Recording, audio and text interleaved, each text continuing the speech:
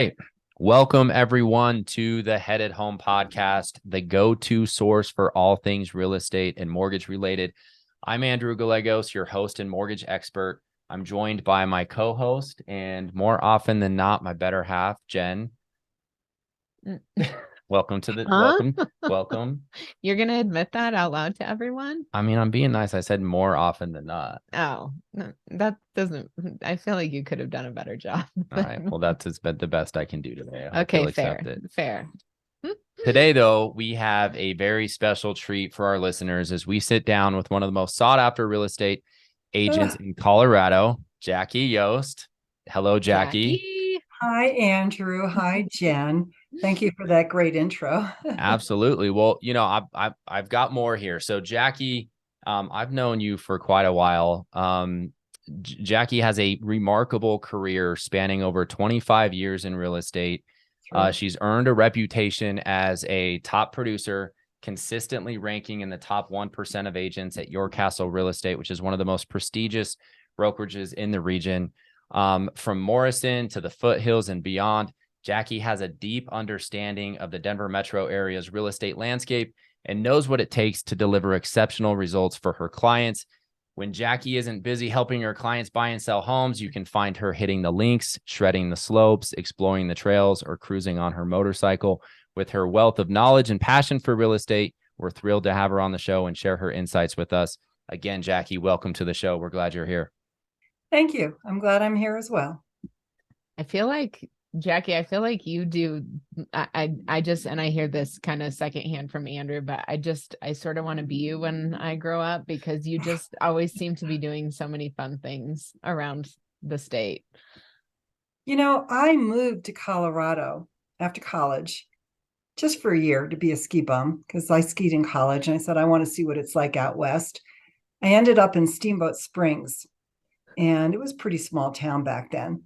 And I was there for 3 years, loved the ski life, but then decided to get serious with a career. And I never did move back east where I grew up in New York, but I fell in love with Colorado. And I started a career in sales once I moved down to the Denver area. Actually, I've been in Morrison for almost all of that time. And yeah, when I got into real estate, it's like, this is my calling. I love what I do. And I still get to ski when I want. I golf when I want. I ride my motorcycle when I want. Um, and I really work hard. That's the nice thing Yeah. about being a realtor. You just can work around everything. Thank Mhm. goodness for cell phones. Yeah. Yeah. No, I love that. So, how did you like what kind of were the triggers for you deciding that you wanted to get into real estate? Um, at the time, I was a pharmaceutical sales rep, and I'd just been offered a big promotion with another company, and it was going to be 50% travel. And Mm. at the time, my son was still in grade school, and I thought, that's really not a good idea for me to be gone so much.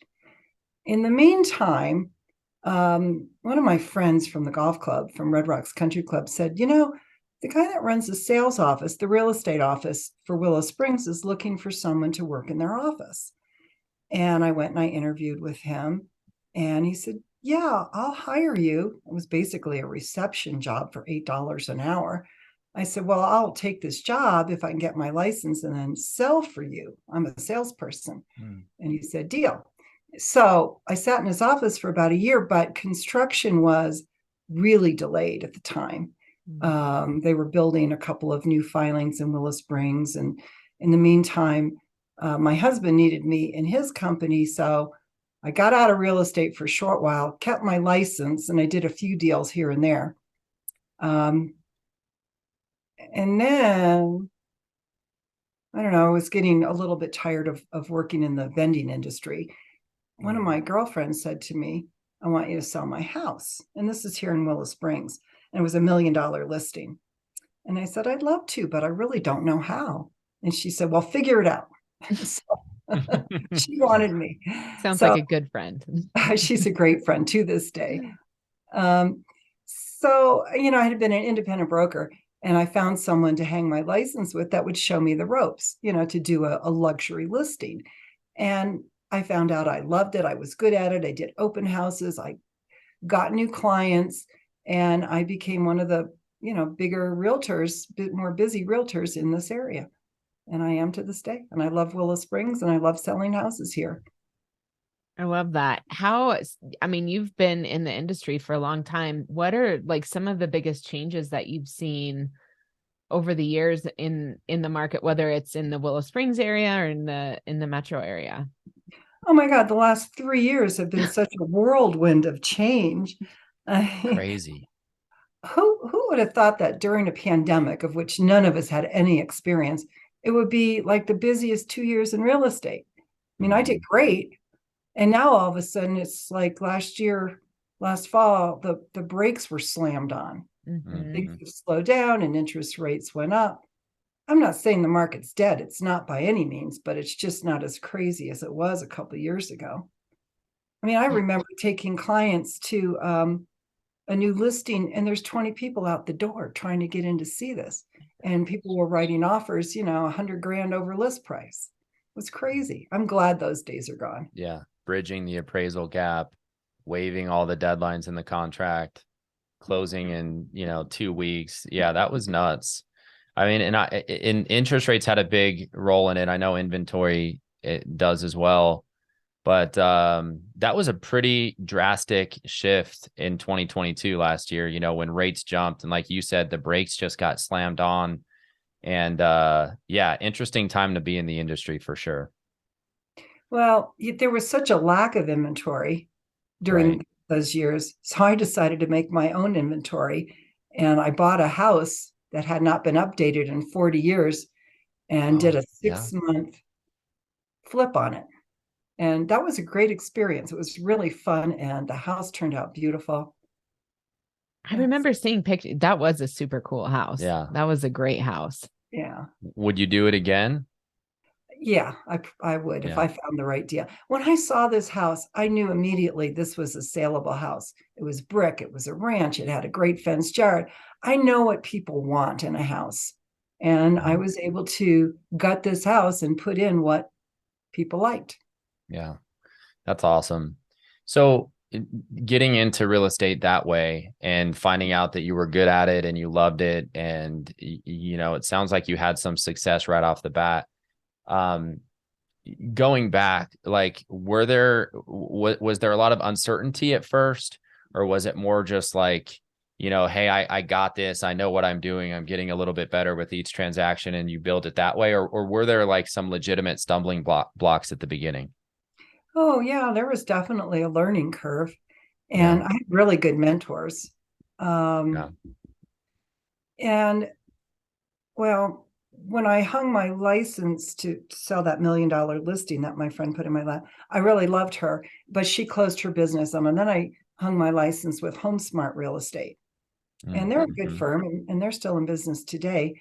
But then I had an opportunity to switch over to Your Castle, and they had been calling me occasionally, hey, why don't you come join our firm? I'm so glad I did. Their training is awesome. The people are great. Yeah, I learned a lot. I'm always learning. That's the thing. Every deal I do, I say, oh, I just learned something new. Yeah, that's what's so great about it. I tell people that too. It's like every single day you learn something new. Every single transaction you learn something different, and you'll never know it all. So it's almost like you have to get good at just kind of recognizing patterns and concepts. I have an interesting question, because I'm sure you've seen a ton of houses. Is there like a memorable house that stands out, or like something just like really strange or funny that you've seen in a house before? I tell this story quite frequently when I'm showing houses, and there's a great primary bathroom. And a lot of houses don't have doors on the private room. Well, people want to make sure that their bathroom does. I said, well, the most fun house that I showed years ago had a great big bathroom, and it had 2 throne rooms, not just 2 bathrooms, but great big bathroom with a his and a hers. Really? That's what we need. I think it would save a lot of marriages. Yes. Yes. It probably would. That totally, that's so interesting. So if you could buy any property in the world, regardless of cost or location, or just if you could buy like in a certain place, where would you buy a property? Well, that's a great question. I'm sort of torn between a ski area like Steamboat Springs, where I started, in my living in Colorado. I love Steamboat. I'd probably buy a great mountain lodge up there. But then I also love going to Arizona and being on a golf course. Mm. Really, golf year round. Yeah, I'd like a house in both areas so I could go back and forth depending on the season. I like that. I am working on an Arizona place. All right. Well, Yeah. Jackie, if you work on it, you just let us know and we can come down. Yeah, we want to come out in the winter. This winter's been rough. Oh, God. Yeah. I have I'm so ready to much go. snow at my house still. Really? Do you? Yeah. We were happy the other day because I looked out in our backyard and we finally have almost cleared our snow, which I just can't remember a winter where we've had so much snow before. I don't know what it is, like if it was just like the colder temps, but I feel like it has just hung around so much more than it ever has before. I agree. And, here's a bit of advice that I did not know when I bought my house. Don't buy a house with a north-facing driveway. Mm-hmm. Because we had one. Yeah. Oh, our God. one in Green Gables was facing north, and you couldn't, the snow was doesn't on the melt. driveway all year. It was brutal. Jackie, I'm going to send you a video. I got to find it. So we had like a camera on our garage and we captured this hilarious moment of Andrew just almost eating it. I didn't fall, but I came really, really close. I think you posted it on Facebook. Oh, it's so good. I sometimes watch it because he never falls. He never trips. It's so annoying. I'm just like the clumsiest person ever. And so if I like catch him falling, it's like a true gem for me. And I just keep it. And so I'll have to send it to you because it's pretty good. She likes to tease you. Yeah, she does. I Don't do. buy a north-facing house. Unless now I finally got tired of the ice on my driveway and I tore it up 7-8 years ago and I heated it and then repoured the. I've heard of that. That's So I can turn it on and melt it. Yeah, game changer right there. Right there. Oh, that's Right good. on. Nice. That's good to know. So Jackie, being a real estate agent in Colorado, it's a really competitive industry. I mean, it's the same with being a lender. What sort of things? Well, why don't we? It's hard to be a successful realtor. What, like for you right now, and this probably changes, but like, what are some of the most challenging aspects of being a real estate agent, and how do you kind of overcome those? Right now, my challenge is finding properties that my buyers want. There's not a lot of inventory. Yeah. I am very patient. I think that's probably one of my good traits in being a realtor. And as long as I have patient buyers, that's fine. However long it takes, it takes. Yeah. Mm-hmm. Yeah. I think you're also really good at, I mean, we talked a little bit about communication. I think that's a real strength of yours. You always answer the phone. I think every time I call you, you're picking up your phone. And I think that's important. I think buyers and sellers appreciate that. It's funny. Actually, I have an ad on realtor.com and it's my bio says something about call me. I answer my phone. One day the phone rings. Hello. Well, and this woman says, "Oh, you really do answer your phone?" I go, "Yes." Yeah. Yes, I really Well, do. a lot of times, people in our industry, you'll call them and they don't answer, and then it goes to voicemail, and then within their voicemail, it's like, "Hey, text me for a faster response or something." So that's really popular. But I think there's still a lot of benefit and just a different level of customer service when you actually do pick up the phone and communicate that way. I think that's one of your strengths. And I have to tell you, some people's voicemail is way too wordy, too long. Yeah. Where it's like blah, blah, blah. Yeah. Jackie, you, I know, have worked with a lot of agents over the years, but what are, besides some of the things that we just talked about, what are some additional things that you feel like make agents successful or like good at their job? I just did a deal with an agent who is also in my neighborhood. It was her listing my buyer, and she was just great to work with. And we both had great communication. You send a text, you get a reply. Yeah. You need to get something taken care of in the house. She was on it. She had great sellers. I had great buyers, so that helped. Mm-hmm. It's really been rare that I have worked with an agent on the other side that I didn't like, didn't do well. I think most of them are pretty good. Yeah. In terms of like continuing to stay on top of, everything that goes into being a good real estate agent and sales professional, is there like continuing education stuff that you do? Or, do you just kind of pick up things as you do transactions? Like, what would you say would be, I guess maybe like some resources that have helped you, develop over the years? Well, we have these quarterly meetings with my company, and we're always going over new contracts, new information. And my immediate managing broker sends out broker tips all the time, especially during COVID. I mean, Yeah. the rules were changing weekly, what you could do, Mhm. what you couldn't do, but he kept us apprised of everything. And going into houses with gloves and masks and booties, Mhm. it was Oh gosh, I hard, but remember you that. had to do it. Yeah, and there was that time, right, when the shutdown happened. What was that, March of 2020? And like we didn't know. I mean, we had people that were under contract. We didn't know if closings were going to happen. And there, appraisals had been done, inspections had been. That was a crazy I time. remember you coming downstairs because I was still working for Jeffco at the time, and the kids were, at home, and I Yeah, was doing doing school. school. And I remember Andrew standing on the stairs, and he's like, I think like we can't do deals right now. Like there's not, and I was like, Yeah, the huh? essential versus non-essential. We Like didn't it was know. so Yeah, it was crazy, weird. and the market was so nuts. That's good though to have leadership, at your company that kind of keeps you all up to date. I'm sure that's super helpful. Yes, and if I ever have a question, I just send an email to its managing broker, and there's like 10 of them at our company. Somebody gets back to me right away. That's That's If nice. nice. Yeah. if Do I'm you having a ever, question. or maybe I want to ask it this way, because I know, you know, when you're in the middle of a lot of things, real estate can sometimes be, the process can be stressful for the buyers, sometimes for the agent. Do you ever feel yourself getting like impacted by the stress during a situation, or how do you like manage that stress? Hmm.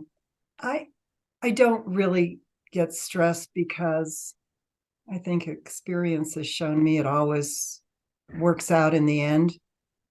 I mean, I was gonna say that about you. Like you seem very like just calm and even keeled in situations. And I think, a lot of times, like when you've gone through so many situations where like you see that like things work out, or like sometimes even when worst case scenario happens and no one dies, and you wake up the next day and like I think that you bring that into your next situation because you realize that like, okay, like this might feel like the end of the world, but it's not.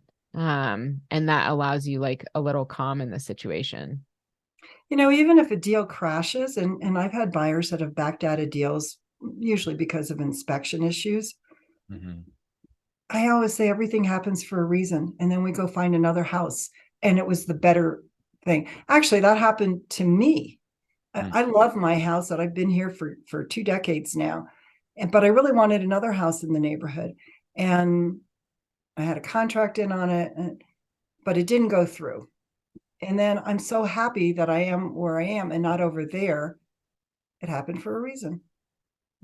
Let's talk a little bit more about Willow Springs because I'm a native of Colorado, grew up Love in Willow Lakewood, Springs. but like not a lot of people even know it's there. Like, and even me, like I think I was like an adult when I really like got into I think it was you, Jackie, doing some transactions in there and being like, this place is awesome. And so you've lived there for Tell us about it. Tell us how long you've lived there. Give us some, perks of Willow Springs. And I know you're an expert in that area. So maybe some of our listeners aren't aware of it. So give us some info there. I actually call it the best kept secret in the Denver area, although It is. the secret's out pretty much. Yeah. This land used to be a dairy farm, and the owner, Stan, built some houses, turned it into I think it was initially a retirement community, and Okay. a 9-hole golf course. Well, we were looking to buy a house. Actually, we were looking to rent a house, and we ended up finding a place here in Willow Springs. I'd never heard of it, and quite frankly, I didn't even like it at first because I thought, oh, it's so far to drive to the store. I had to go all the way to Bear Valley. Well, in the intervening years, roads got paved, and people started driving cars instead of horses and buggies. Just kidding. Right now, I have buyers that want great lots, but not a huge house. And that's a little difficult to find because big lots generally have big houses.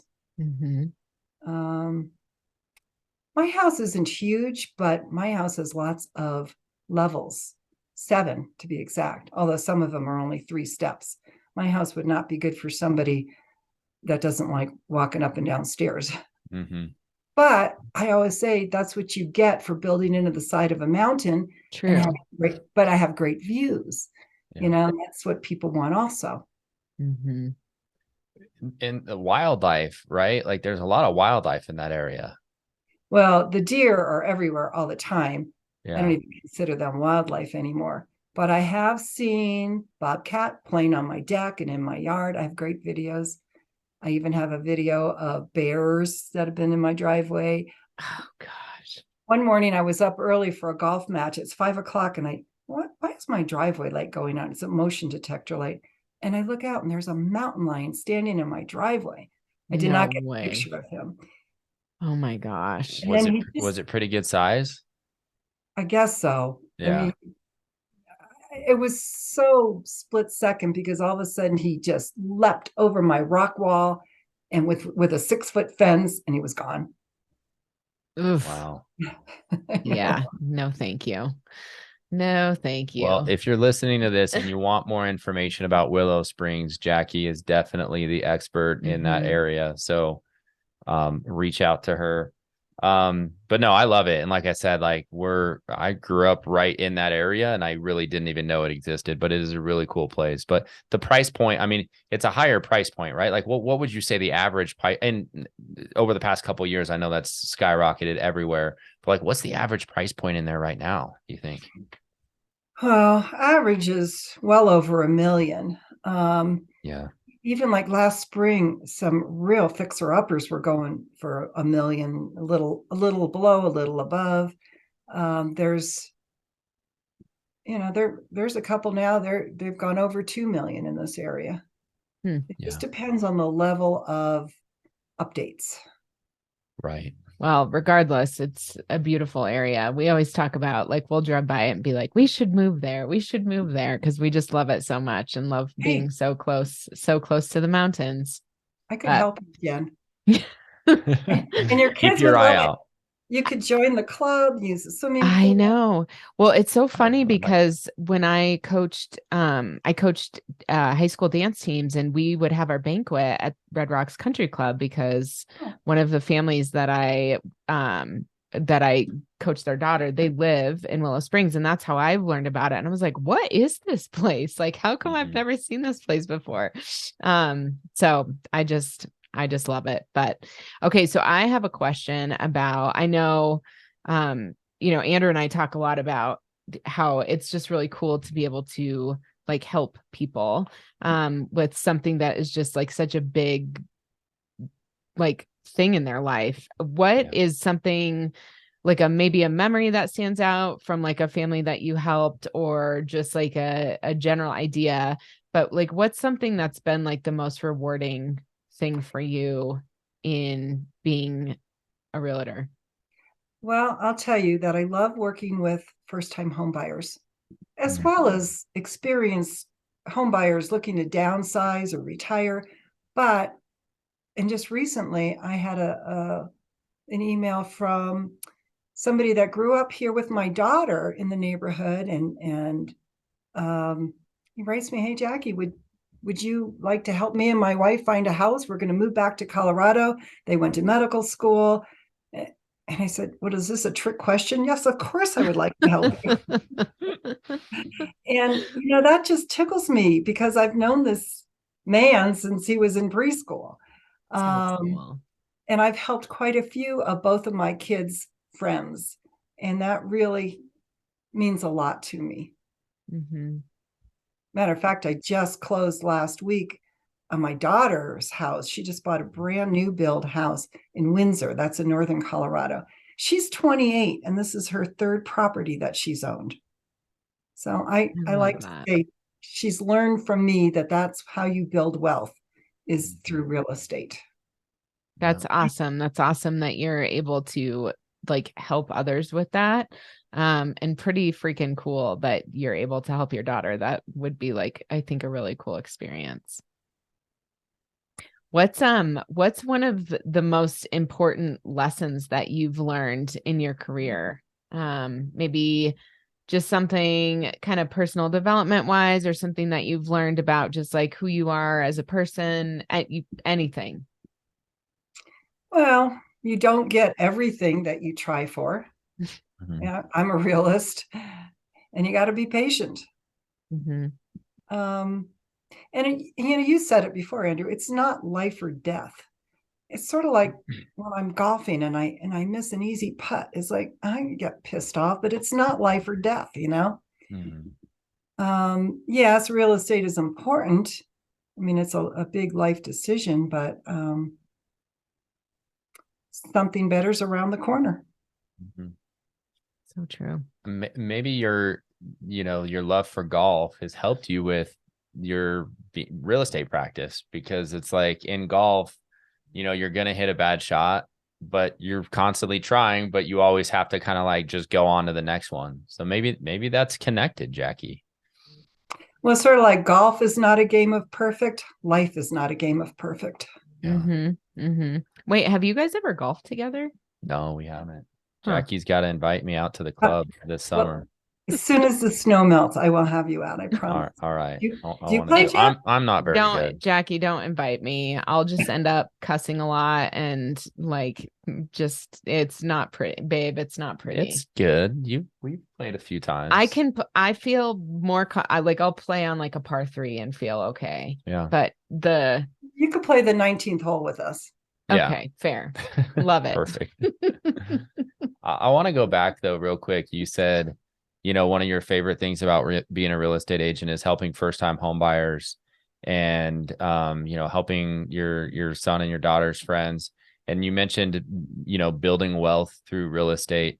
I talk to a lot of renters, and especially right now, where it's like interest rates are up, and it causes some doubt for buyers out there. And I get it, right? Like, we don't want to pay a higher monthly payment. We don't want to, pay high interest rates. But when you do think about it from an investment standpoint, it is a huge wealth builder, just by owning a house. When you look at appreciation rates over the past, I don't know, I just did a presentation for a group, and I think the average appreciation rate over the past like 25 or 30 years was somewhere around like 4 or 5%. I think it was in that range. I mean, you had your down years in 2007 through 2009, and, then the crazy years, 2020, 2021, but it levels out to like, 4 to 5%, let's say, appreciation year over year. When you start doing the math on that, and then also understanding that you can refinance whenever you want, that really is such an easy way to build wealth. In a lot of ways, that the equity that you build in that house, you can access that equity, you can purchase investment properties, you can sell and move up. But, I talk to a lot of renters that just kind of get stuck in that, hey, I don't want to pay a little bit more on my monthly payment, so I don't buy, but then you're missing out on all of those benefits from building wealth. So I just wanted to touch on that again, because I think that there is a huge difference between people that own homes and people that don't own homes and net worth. And it's really just because they bought a place at some point, Yeah. I have a couple rentals, and one of them, I was over there the other day because their dishwasher went out. So I got to buy them a new dishwasher. But it's a really nice young couple in their 20s. And their lease is up this summer. And I asked him if he intended to stay or what he wanted to do. Because no, we love it here. We want to stay. And I'm like, okay, but I can help you buy a place if you choose to do that. But if you want to stay, I appreciate you paying my mortgage. Kind of thought about that.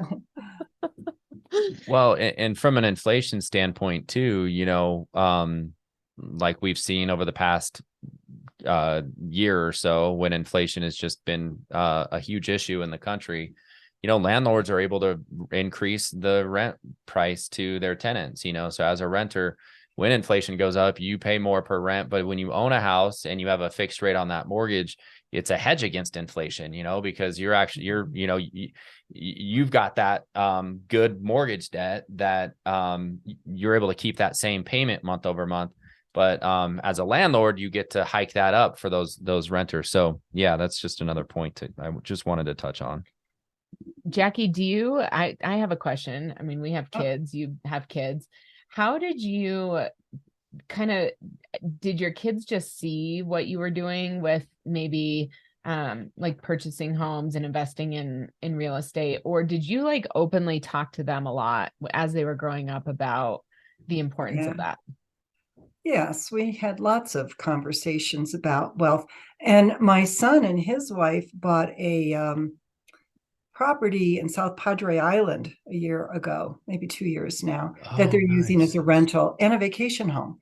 And my son has asked me to help him, let's look for some other properties. He wants to get into rentals as well. So we'll be talking to you about a loan on that soon, Andrew. Yeah, no, I'd love to help. And the second home, I mean, the short-term rental, I mean, there's a ton of opportunity there too, right? There is.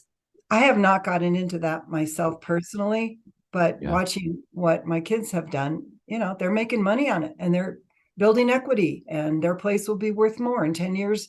They want to sell it and move on to something else. And I can't say that for my stock portfolio. Hopefully it will be, but you never know. Yeah. And they've got a place to go vacation. Yeah. That's right. A lot of benefits to that. So I mentioned before, it's a competitive industry. There's a lot going on. We're constantly have to reinvent ourselves, which isn't always easy. Like, how do you stay motivated, or what's a driving factor for you to, continue to produce at a high level and, throw yourself into this, game of being a top producing real estate agent? Well, I'm motivated every day. I really like my job, which to me isn't really a job, but I make a good living at it. I love helping people. I love talking to people. Yeah, I'm not really shy, in case you haven't noticed. I like to say, I think I always tell people, like clients that we're working with, I always say that Jackie is a straight shooter.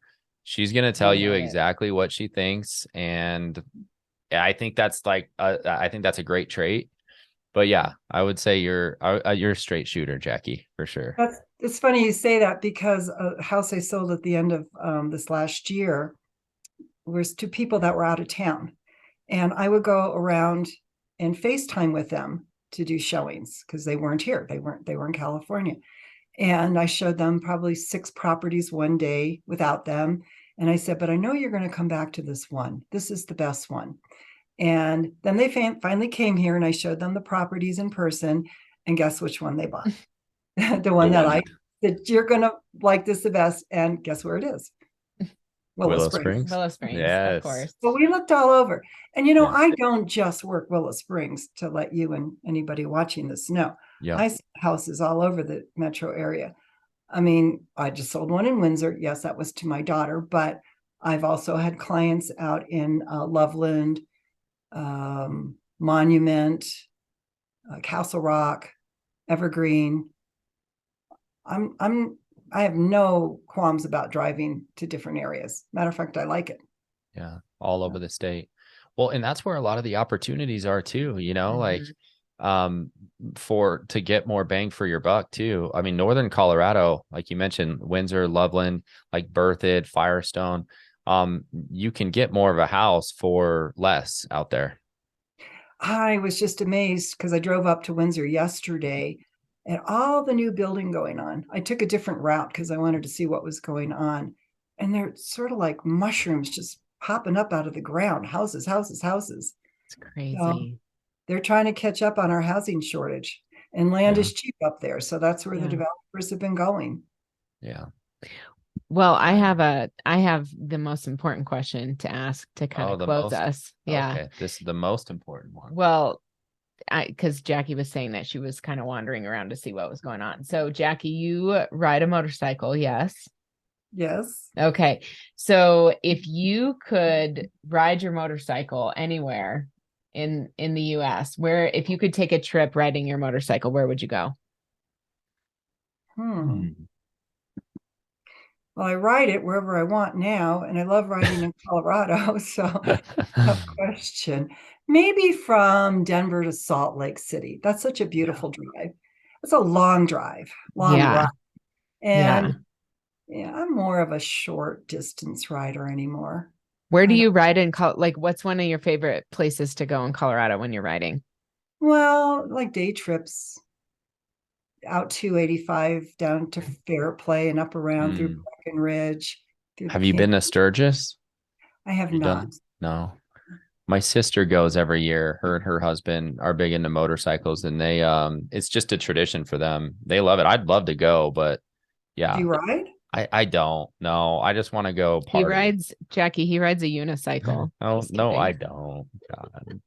She likes to tease me, Jackie. Um, I just pictured you riding a unicycle down our How about you, like a little trike? I got on a there you go. little That's trike one day and then I like toppled over on it. Oh no. man. Sturgis just seems like it's a fun just party atmosphere, concerts, Yeah. bars, I don't know. Sounds like a good time. Maybe someday I'll go. They used to have a bike rally in Cripple Creek that I went to. I rode Oh to. yeah? That was fun. It Nice. was sort of like a mini Sturgis, Huh. and the street was lined with vendors. Actually, I bought my really cool leather jacket and chaps at that one of those vendors in Cripple Creek. I don't Nice. know why they did That's away with cool. it. Yeah. Well, Jackie, thanks so much for joining us. I guess I do just want to touch just before we wrap this up. This market here in 2023, it's almost March right now. Um, I get asked this question all the time. I really don't like it because no one has a crystal ball. Everyone asks me this about, interest rates. Um, what do you think, like over the next few months? Like, how do you see the market playing out? Like, do you think that it's going to be more balanced, for buyers? It's been a seller's market for so long. Or is it just going to be a crazy, bidding war situation? What do you think is going to happen over the next few months? And if you just say I completely don't know, that's fine too. But just wanted to kind of get your advice. Well, I don't have a crystal ball, but I do Yeah. think it's going to be more balanced. Yeah. I see more listings coming on, and I see buyers. I think if you have a house, you get it looking good, you price it right, it's going to sell Hmm. um, without too much time. And I'm actually helping two sellers right now getting their houses ready to sell. And usually, if they listen to me, it goes pretty well. I actually got certified in property staging. Oh, And did you? Oh, after, that's cool. yeah, and after looking at thousands of houses over the years, I know what people are looking for. I said that earlier. And you can never have your house too clean and bright and shiny. That's what people like. Hmm. Yeah, no, that's I've heard like of companies that just do like strictly staging, and like they'll be subbed out from real estate agents, but that's cool that it's like so it's kind of like an all-in-one package with you then. If you're listing a house, you're going to do the staging aspect of it too. Yes, with their stuff. Now, if I go into an empty house, a vacant house, I might talk to the sellers about let's hire another property staging company because I don't carry the inventory. I can Oh work with yeah. what they have in the house, but I don't have a warehouse full of beds and dressers. Hmm. That is a different business. Yeah, that is. Well, if you ever find a house that needs like kids' rooms staged with a bunch of just random toys and dolls, we've got an excess of inventory here. I'll keep that in mind. Thank you. All right. Well, Thank you, Jackie. thanks again for joining us. For all of our listeners, we will include Jackie's information in the post that we're doing here. So check her out. And Jackie, is there anywhere specific that clients can go or just people can go find you? I know you're prominent on Facebook. I see you all the time out there. I'm on Facebook. I'm on Zillow. I'm on realtor.com. My website is Jackie Yost, Red Rocks Team. .com, and my email is JackieYoo@yahoo.com. And you'll post my phone number. Call me, text me. I answer my phone. Why don't you give your phone number now too, just so that we have it in here? 303-903-9140. All right. Awesome. Thanks again, and we'll see y'all next time. Bye.